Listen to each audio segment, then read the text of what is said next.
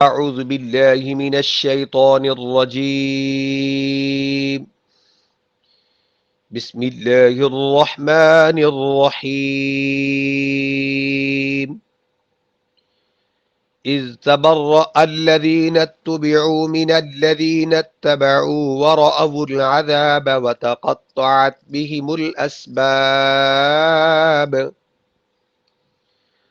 وقال الذين اتبعوا لو أن لنا كرة فنتبرأ منهم كما تبرأوا منا كذلك يريهم الله أعمالهم حسرات عليهم وما هم بخارجين من النار صدق اللہ العظیم۔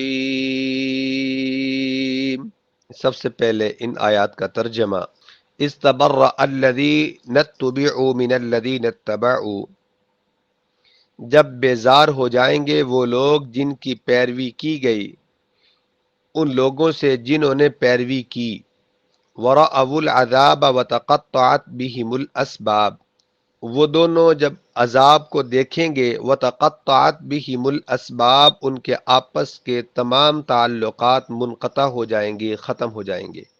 وقال الذین اتبعوا لو ان لنا کرہ، اور کہیں گے وہ لوگ جنہوں نے پیروی کی کہ کاش ہمیں پھر دنیا میں جانا نصیب ہوتا، فنتبرأ منہم کما تبرؤوا منا، ہم بیزار ہو جاتے ان سے جس طرح کہ وہ بیزار ہو گئے ہم سے۔ کذالک یریہم اللہ اعمالہم حسرات علیہم، اسی طرح اللہ تعالیٰ ان کے اعمال انہیں حسرت بنا کر دکھائے گا۔ وما ہم بخارجین من النار، اور وہ جہنم سے نہیں نکل سکیں گے۔ ان آیات میں پیر اور مرید کے درمیان ایک چپکلش ہوتی ہے، تھوڑا کلیش ہوتا ہے، مکالمہ ہوتا ہے، اللہ تعالیٰ ان کو بیان فرما رہے ہیں۔ سب سے پہلے ہم لفظی ترجمے کی طرف غور کرتے ہیں، اس کے ساتھ ساتھ مختصر تشریح بھی۔ اذ تبرأ الذین اتبعوا، اذ جب، تبرأ یتبرأ، یہ باب تفاعل سے ہے، بیزار ہونا، لا تعلقی ظاہر کرنا کہ میرا اس کے ساتھ کوئی تعلق نہیں ہے۔ الذین، وہ لوگ، اتبعوا، کہ جن کی پیروی کی گئی، وہ کارکن اپنے لیڈر کے جو نعرے مارتا تھا، وہ مرید جو اپنے پیر کا فالور تھا، اسی طرح وہ آدمی جو دوسرے کو سردار مانتا تھا۔ اصل پیروں کی میں بات نہیں کر رہا، جن کا حلیہ، جن کا اٹھنا بیٹھنا سنت کے مطابق ہے، جب انسان کے پاس جاتا ہے تو قرآن و سنت کی دعویٰ دیتے ہیں، ہمیں نیک کاموں کی تلقین کرتے ہیں، میں ان کی بات نہیں کر رہا، یہ تو رہبر ہیں۔ اسی طریقے سے میں ان لیڈروں کی بات نہیں کر رہا جو قرآن اور حدیث کے مطابق اپنے کارکن کو دعویٰ دیتے ہیں، میں ان کی بات نہیں کر رہا، میں یہ جعلی قسم کے جو لیڈر ہوتے ہیں، جو پیر بنے ہوتے ہیں، میں ان کی بات کر رہا ہوں کہ جن کی وہ مرید بغیر سوچے سمجھے پیروی کیا کرتے تھے۔ اتبعوا من الذین اتبعوا، اتبعوا مجہول کا صیغہ ہے، پیروی کی گئی، جن کی پیروی کی گئی۔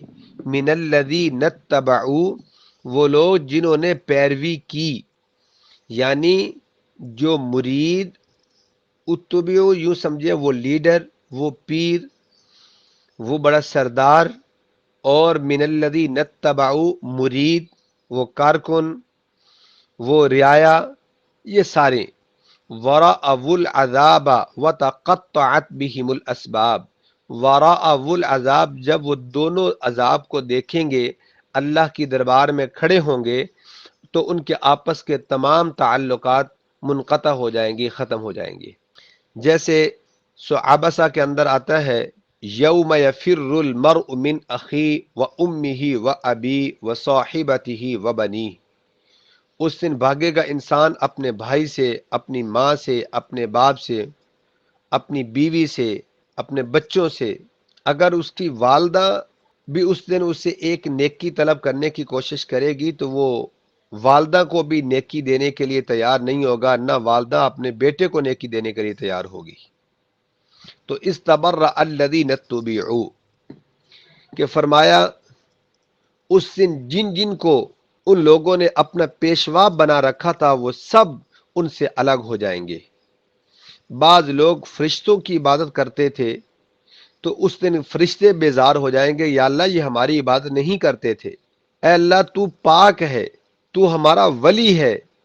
اور بعض لوگ جنات کو کہتے ہیں تو جنات بھی اس دن وہ بیزار ہو جائیں گے، وہ کہیں گے کہ یا اللہ ہماری یہ پیروی نہیں کرتے تھے، اور اس کے بعد وہ بھی صاف صاف ان کا انکار کریں گے۔ اور پھر بعض لوگ قبروں پر، مزاروں پر جا کر سجدہ کیا کرتے تھے، ان سے مانگتے تھے، منتیں مانگتے تھے، تو اس دن وہ بھی بیزار ہو جائیں گے۔ داتا علی حجویری گنج بخش رحمۃ اللہ علیہ بہت بڑے ولی ہیں، وہ بھی بیزار ہو جائیں گے کہ میں نے تمہیں کہا تھا کہ میرے در پہ آؤ اور میری قبر کے سامنے سجدہ کرو اور مجھ سے مانگو، میں نے تمہیں کہا تھا۔ تو سب بیزار ہو جائیں گے۔ ولیوں پہ، قبروں پہ جانا چاہیے، وہاں جیسے میرے اور آپ کے آقا صلی اللہ علیہ وسلم نے ہمیں طریقہ بتایا ہے دعا مانگنے کا، ایسے دعا مانگنی چاہیے۔ بلکہ آپ صلی اللہ علیہ وسلم نے فرمایا تم اکثر قبرستان جایا کرو، اور اس کا یہ ہرگز مطلب نہیں ہے کہ ہم اپنی بیوی بچوں کو، اپنی عورتوں کو لے کے وہاں جائیں اور وہاں جا کے قبرستانوں میں قبروں کے اوپر سجدہ شروع کر دیں، پھر کہیں گے یہ تو ہم تعظیماً کرتے ہیں۔ کیا کرتے ہیں؟ ہم تعظیماً کرتے ہیں۔ یاد رکھیے گا آدم علیہ الصلوۃ والسلام کے لیے اللہ نے فرشتوں کو حکم دیا کہ آدم کو سجدہ کرو، وہ سجدہ تعظیمی تھا۔ اس کے بعد اللہ تعالیٰ نے اس امت پر وہ سجدہ تعظیمی بھی حرام کر دیا بالاتفاق، اس میں کسی کا کوئی اختلاف نہیں ہے، کوئی بریلوی ہو، دیوبندی ہو، اہل حدیث ہو، کوئی بھی ہو، کسی کا اس میں بالکل اختلاف نہیں ہے کہ سجدہ تعظیمی بھی اس میں جائز نہیں ہے۔ لہٰذا اب وہ پیر صاحب جو آتے ہیں گھر میں سال کے بعد دانے وغیرہ یا کوئی شیرین لے کر وہ چلے جاتے ہیں، پورا سال کوئی پتہ ہی نہیں، عطا پتہ ہی نہیں، تو فرمایا یہی بات ہے، کل قیامت کے دن یہ لوگ سب بیزار ہو جائیں گے، کہیں گے ہم نے تمہیں کہا تھا۔ اور اسی طرح شیطان کہے گا کہ میں نے تو تمہیں راستہ بتایا تھا، یہ تمہاری چوائس تھی، میں نے تمہیں مجبور کیا تھا کہ تم میری بات مانو۔ فلا تلومونی ولوموا انفسکم، آج مجھے ملامت نہ کرو، اپنے آپ کو ملامت کرو، میں نے تو تمہیں راستہ بتا دیا تھا، تم اپنی مرضی کے ساتھ میری بات تم نے مانی ہے۔ اور اسی طریقے سے تمہارے سامنے نبی کریم صلی اللہ علیہ وسلم، سب کہہ دیں صلی اللہ علیہ وسلم کی سنت بھی تھی، آپ کی تعلیمات بھی تھیں، اور قرآن بھی تھا تمہارے سامنے، اور نبی کریم صلی اللہ علیہ وسلم کی احادیث مبارکہ بھی تمہارے سامنے تھیں، کیا اس کو فالو کر لیتے، اس کو مان لیتے؟ ہم نے تمہیں روکا تھا۔ تو وَتَقَطَّعَتْ بِهِمُ الْأَسْبَابُ، اور ان کے آپس کے تمام تعلقات جو ہیں وہ ختم ہو جائیں گے۔ جب وہ پیر اپنے مریدوں سے، اس طرح وڈیرے اپنے رعایا سے، اس طرح لیڈر اپنے کارکنوں سے جب بیزاری کا اعلان کریں گے تو پھر کارکن، پھر وہ مرید، پھر وہ رعایا کیا کہیں گے؟ وقال الذين اتبعوا لو ان لنا كرة فنتبرأ منهم كما تبرؤوا منا، وہ کہیں گے جو لوگ ان کو لیڈر مانتے تھے، ان کے نعرے لگاتے تھے، ان کو اپنے بخشش کا ذریعہ سمجھتے تھے، وہ کیا کہیں گے؟ وہ جواب دیں گے کہ لو ان لنا کرا، کاش کہ ہمیں دوبارہ زمین میں جانا نصیب ہو، ہم دوبارہ چلے جائیں، پھر کیا ہوگا؟ فنتبرأ منہم کما تبرؤوا منا، برأ یتبرأ، فنتبرأ، ہم بیزار ہو جائیں گے، ہم بھی ان سے لا تعلق ہو جائیں گے، جیسے آج یہ ہم سے لا تعلق ہو گیا نا، اس طرح ہم بھی ان سے لا تعلق ہو جائیں گے۔ اور کما تبرؤوا منا، جس طرح کے کیا ہو گئے، یہ آج بیزار ہو گئے ہم سے، جس طرح آج انہوں نے لا تعلقی کا اعلان کر دیا ہے، اگر ہمیں دوبارہ دنیا کے اندر جانا نصیب ہو تو ہم بھی ان سے لا تعلقی کا اظہار کر دیں گے۔ تو کیا فرمایا؟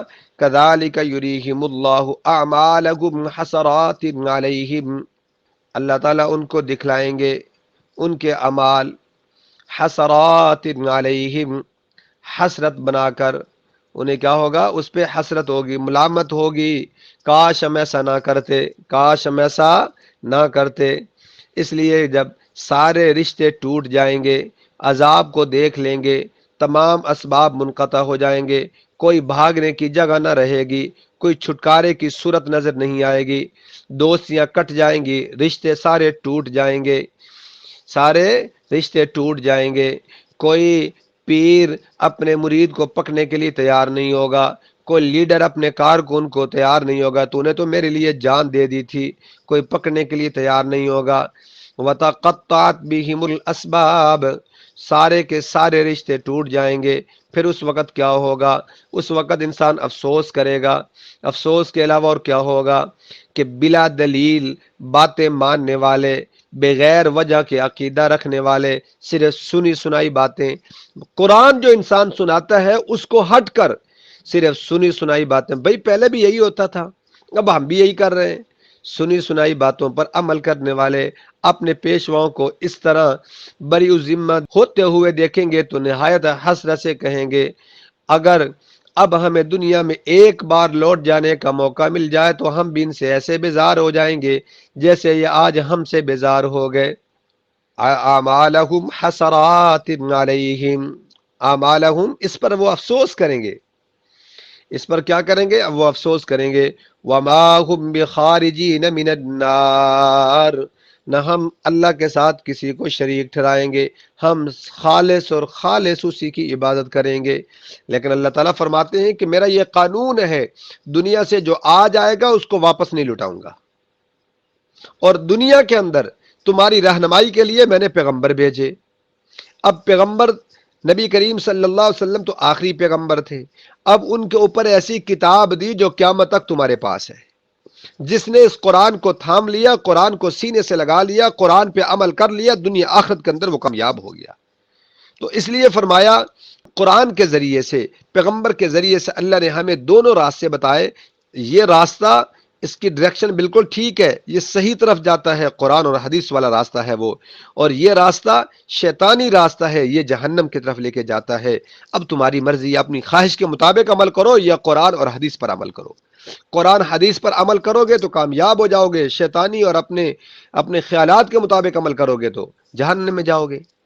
جس طرح آج ایک رسم ہے کہ جمعہ مبارک کہنے کی، ولا یعود ویعوق ونسرا، جمعہ سے پہلے اس بات کو سمجھیے گا، یعوق، نصر، یہ سب بزرگ تھے، 6 بزرگ تھے اس میں آتا ہے، تو یہ کیا ہے؟ 6 بزرگ تھے، یہ جب دنیا سے رخصت ہو گئے تو اب انہوں نے کہا، شیطان نے کہا کہ ان کی تصویریں بنا لیں، انہوں نے اپنے بزرگوں کی تصویریں بنا کے اپنے پاس رکھ لیں۔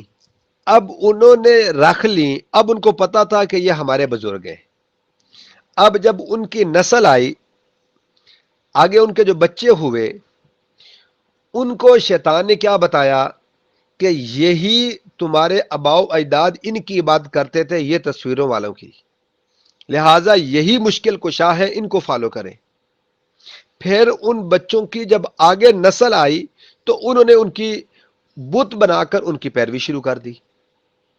تو اسی طریقے سے وہ بات کئی طرح سے، وہ جو حدیث ہے وہ اس کو حدیثیں بنا کر پیش کی جاتی ہیں۔ آج کل کے دور کے اندر بھی رمضان کی جو سب سے پہلے خوشخبری دے گا، اس کے سارے وہ بخشش دیا جائے گا، ڈائریکٹ جنت میں جائے گا، اس کو پتہ نہیں کیا کیا انعام ملیں گے، اور قربان جاؤں علماء پر کہ اللہ تعالیٰ ان کو جزائے خیر عطا فرمائے، وہ ان غلط عقیدوں کی طرف، یہ رسم و رواج کی طرف وہ اشارے کرتے رہتے ہیں کہ یہ غلط ہے۔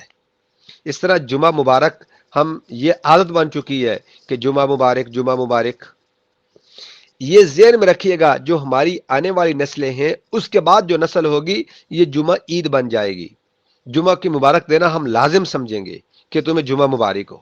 اس لیے علماء کہتے ہیں کہ اسے اوائڈ کرنا چاہیے، بچنا چاہیے، کیونکہ جو آنے والی نسلیں ہیں نا، آج ہم جمعہ مبارک، جمعہ مبارک ایک دوسرے کو کہتے جو ہماری آنے والی نسلیں وہ اس کو فرض سمجھ لیں گی، وہ اس کو حدیث سمجھ لیں گی، پھر وہ کوشش کریں گے. کچھ لوگ ایسے بھی ہوتے ہیں کہ وہ حدیث بنانے کی، جہاں جمعہ کی فضیلت ہے، بھائی اتنی فضیلت ہے، مبارک دے دی، کیا حرج ہے؟ بھائی محبت میں آ کے انسان گناہ کرتا ہے نا. تو اللہ نے کہا کہ یہ عید تو نہیں ہے، عید تو دو عیدیں ہیں قرآن اور حدیث میں. تو اللہ نے کہہ دیا یہ عید کا دن نہیں ہے، اس کی فضیلت اپنی جگہ پر ہے. عرفہ کے دن کی فضیلت اپنی جگہ پر ہے، قربانی کے دن کی فضیلت اپنی جگہ پر ہے. اس کا مطلب یہ ہرگز نہیں ہے کہ اس کو عید بنا دیا جائے. عید تو اللہ کے رسول نے نہیں کہا. اس لیے اس سے بھی اوائڈ کرنا چاہیے، اس سے بھی بچنا چاہیے، تاکہ ہماری آنے والی جو نسلیں ہیں وہ محفوظ رہ سکیں، وہ غلط مت عقیدوں سے محفوظ رہ سکیں اور ان کی ڈائریکشن درست رہ سکے. تو اللہ تعالی ہم سب کو قرآن اور سنت کے مطابق عمل کرنے والا بنائے، قرآن کو اپنے سینے سے لگانے والا بنائے، قرآن کو فالو کرنے والا بنائے. ہمیں اگر ہم فالوور بنے تو قرآن کے بنے، اگر ہم عمل کریں تو قرآن پر کریں. یہ میرے اور آپ کے آقا صلی اللہ علیہ وسلم کا سب سے بڑا معجزہ ہے، اور اس میں کسی قسم کی کوئی شک و شبہ کی گنجائش ہی نہیں ہے کہ آدمی یہ کہہ لے کہ بھائی یہ بات ایسے نہیں تو ایسے ہے، ایسے ہے ایسے نہیں تو ویسے ہے. اس میں کوئی شک و شبہ کی گنجائش ہی نہیں ہے. لا ریب فی، اس میں کسی قسم کا کوئی تردد نہیں ہے. لہذا قرآن کو جو بھی پکڑے گا، اہدنا الصراط المستقیم، وہ ڈائریکٹ سیدھے راستے پر جائے گا، وہ اپنی منزل مقصود تک پہنچ جائے گا. جو اپنی خواہشات پہ عمل کرے گا، اپنے وساوس پہ عمل کرے گا، اپنے وسوسوں پہ عمل کرے گا، شیطانی خیالات پر عمل کرے گا، سنی سنائی باتوں پر عمل کرے گا، کہیں ایسا نہ ہو کہ وہ گمراہ ہو جائے اور دنیا آخرت میں ذلیل ہو جائے. اللہ تعالی ہم سب کو قرآن پر عمل کرنے والا بنائے. وآخر دعوانا ان الحمد للہ رب العالمین.